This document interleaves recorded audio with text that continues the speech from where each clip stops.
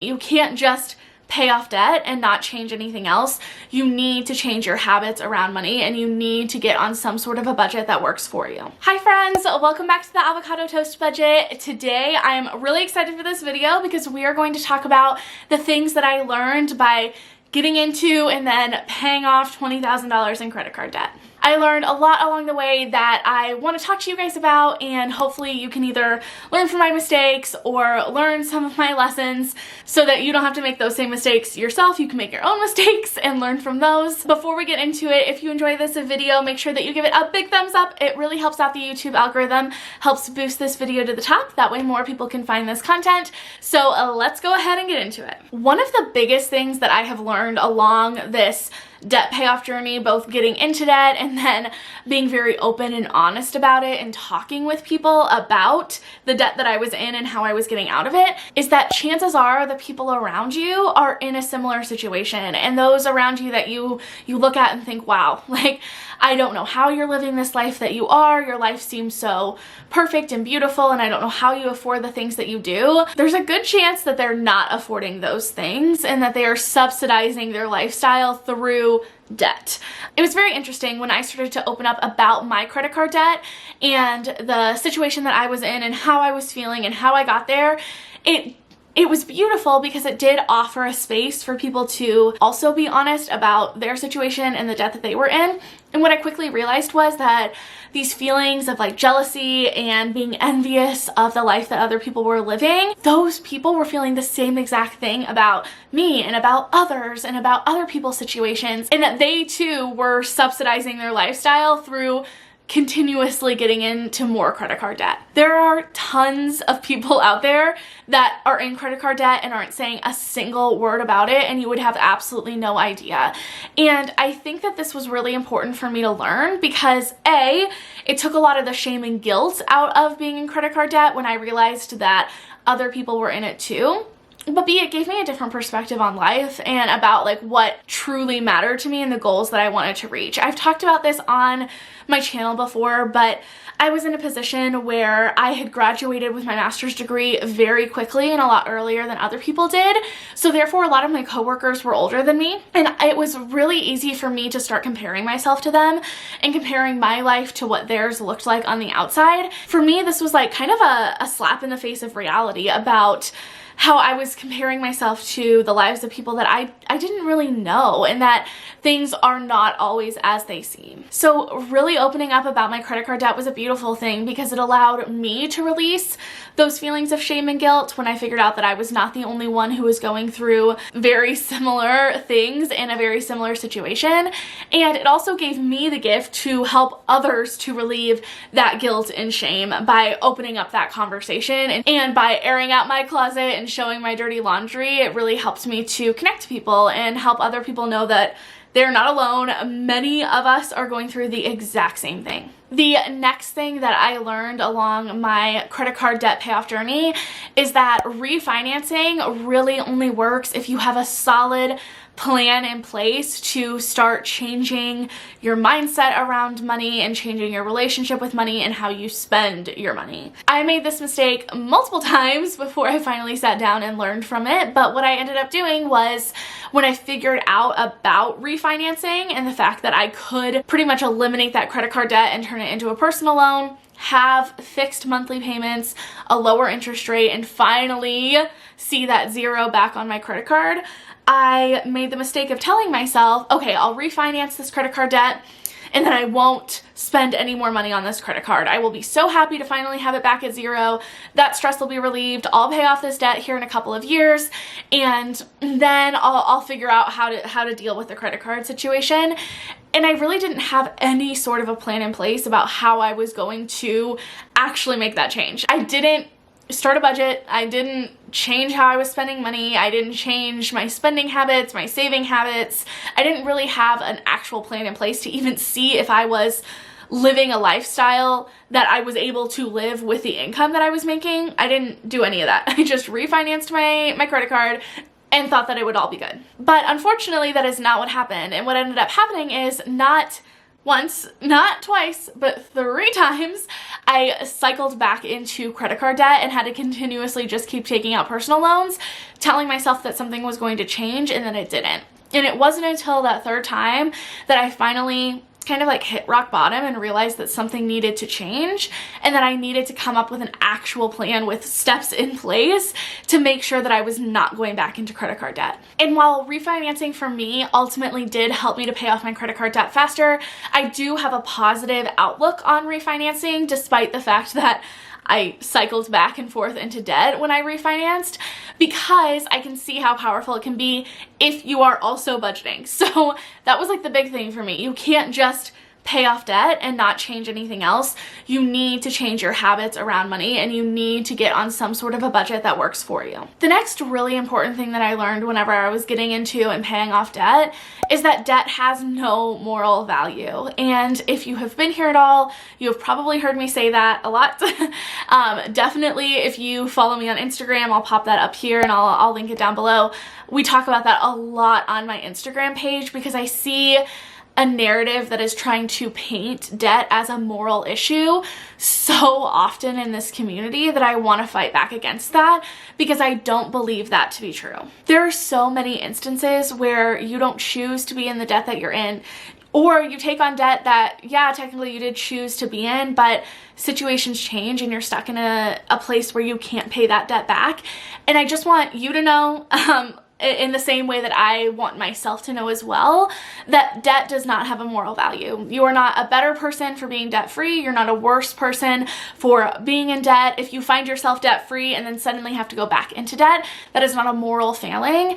And on top of that, I would like to take that even one step further and let you know that it is not a moral failing if you can't pay off your debt. And I want to fight back against this because I think that people's automatic reaction is to say, of course you have a moral obligation to pay off your debt. It's illegal if you don't. You took on that debt. You chose to be in it. You made that decision, so you need to follow through with it. And I'm not telling you to just like say fuck it and just not pay back your debts if you are in a position where you can, obviously. There are so many reasons that for you as a human being, and also just for society in general, if you can pay back your debts, that can be a good thing. But I also don't want you to think that you have to, or you're less of a person if you can't make those payments, if you can't make it work, if you are just feeling so in a position where you feel like you're drowning because of the debt that you're in. It is not a moral failing to figure out a way to kind of navigate that debt where you're not paying it all back. There are so many instances in society where we tell people it is morally okay to not pay back your debt. So many instances. Bankruptcy, people are okay with. Loan forgiveness, people are okay with. Negotiating your debt with debt collectors, people are okay with. So just know that no matter the situation that you are in, it is not a moral failing on your part if you find yourself in a position where you cannot pay off your debt. And you are not a better or worse person depending on the amount of debt that you're in or your ability to repay that debt. So yes, I just want to make sure that in this video I take that time to make it clear that if no one has ever told you before, your net worth is not your inherent worth, and you are not any less of a person depending on your debt or financial situation. The next thing that I learned whenever I was paying off my credit card debt is the importance of understanding the relationship that you have with credit cards and with spending money on credit cards, and evaluating that before you continue to use credit cards while you're still paying off debt. So again, if you've been here, you know that I still enjoy credit cards. I love them. I think that they have so many benefits. I don't spend money on a debit card. All the money that I spend, other than what directly comes out of my bank account, is on a credit card, because I do think that they can be amazing tools for you to use when you know how to use them correctly. But I also know for me that I thought that I'd be able to refinance my credit card and then just magically stop overspending on it, and that just wasn't the case.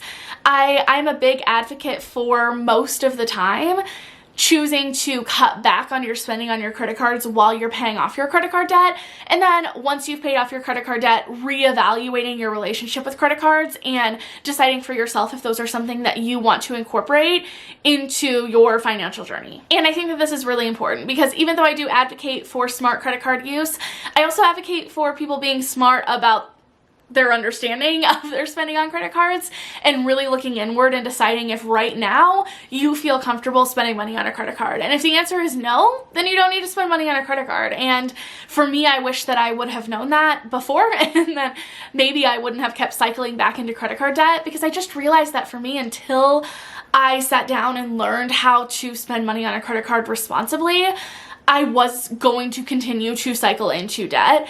And honestly, for me, one of the biggest things that helped me to learn how to spend money on credit cards responsibly was YNAB. I love how YNAB sets up credit cards. It's one of, like, for me, the biggest perks about YNAB. If you want to know more about YNAB, it's the budgeting software that I use. I will link a couple videos. I'll post some pictures up here, link them down below in the description box, and then also up here in the cards if you want to learn more about that budgeting software and how I use it, along with spending money on my credit cards. And then the final thing that I learned along my debt payoff journey is that it is worth it to face your debt head on. For the longest time, I knew that I was not in a good situation. I knew that I was in a lot of credit card debt. I knew that it would probably take me a while to dig myself out of that hole, but it seemed so overwhelming. And I just thought that if I sat down and really realized the gravity of the situation that I was in, that it would somehow make it worse, that I would somehow realize that there was no way I was going to be able to get out of it, and somehow it would break me. And that wasn't the case, and I don't think that that's the case for the majority of people. Even if you're in a situation that you find out that the way that you are living right now, there's no way for you to get out of, it is still better to know that than to live in denial or in a place where you are not facing that head on. I promise you, you can handle it. You are strong enough. You can make it through whatever it is, whatever situation that you're in. But you can't make it through that situation if you don't own up to it and you don't expose yourself to it and you don't face it head on, because then you can't create an action plan in order for you to get out of debt or to move past the situation that you're in. You are going to continue to be stuck in it, and you might continue to cycle and spiral even more. And that's not a situation that you want to find yourself in. So I really wish that I would have just faced my debt head on a lot sooner than I did. And I wish I would have believed in myself. I think that that's a big aspect too. I thought that if I was stupid enough, obviously I don't think that I'm stupid, but this was like the narrative I was telling myself. If I was stupid enough to get myself into this debt, how the hell could I possibly figure out a way to get out of it?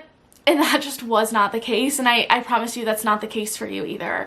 So I think that that was a big lesson for me to learn, is that I could handle facing my debt and that I would be in a better situation with just knowing where I was at. And for me, honestly, it was a lot less scary knowing the situation that I was in as opposed to speculating about the situation that I was in. Because I'm the kind of person that I will like go to worst case scenario, and that's what I was doing because I didn't know. I had no idea the depth of this, like the financial mess that I had gotten myself into. So when I finally sat down and figured it out, it was actually kind of like a breath of fresh air, because I finally knew I had faced it. I had gotten the hardest part done with. So now I could start building a plan for how I was going to get out. Okay, everyone, so that is it for the things that I learned along the way of getting into and getting out of $20,000 in credit card debt. I really hope that you enjoyed this video and you learned something cool. If you did, make sure to give it a big thumbs up. It really helps out the YouTube algorithm, helps boost this video to the top. That way more people can find this content. And I will see you all next time. Bye.